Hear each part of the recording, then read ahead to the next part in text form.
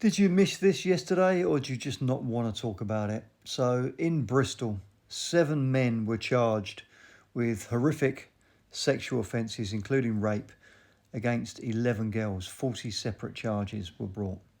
Those 7 men were a mixture of Syrian, Iraqi, Egyptian, and I think an Iranian. And there were 2 Brits amongst them, but the 2 Brits were called Mohammed and Hussein. Of those 7 men, 2 of them came across on boats into the country and were illegal immigrants / asylum seekers. And 1 came across as a result of the Syrian relocation or resettlement scheme, where we resettled a number of Syrian people after the war in Syria. So you've got 7 Arabic /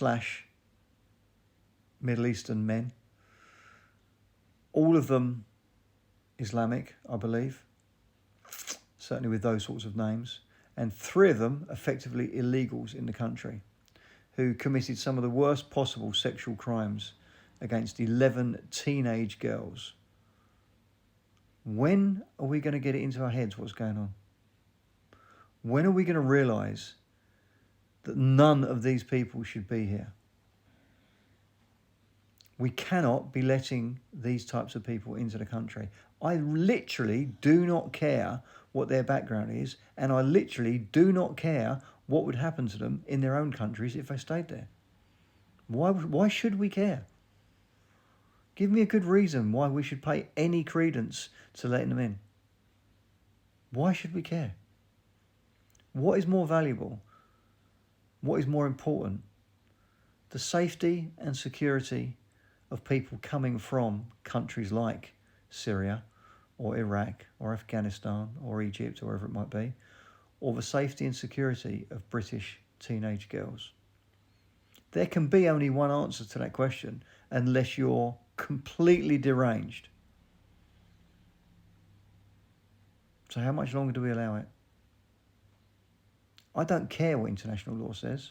I don't care what the ECHR says.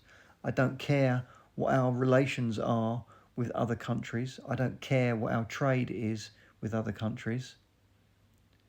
Literally close the doors completely. Not another single person gets in. That's the rule we should bring in.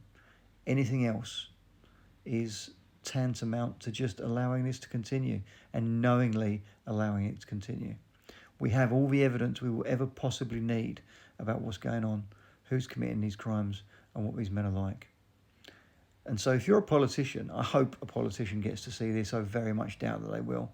But if you're a politician of any colour, whether it's Labour, Conservative, Reform, Green, Liberal, Democrat, Scottish National Party, whoever it might be, and you don't agree with me, then quite frankly, you're a traitor. You're betraying the women and girls of this country. And I want nothing to do with you.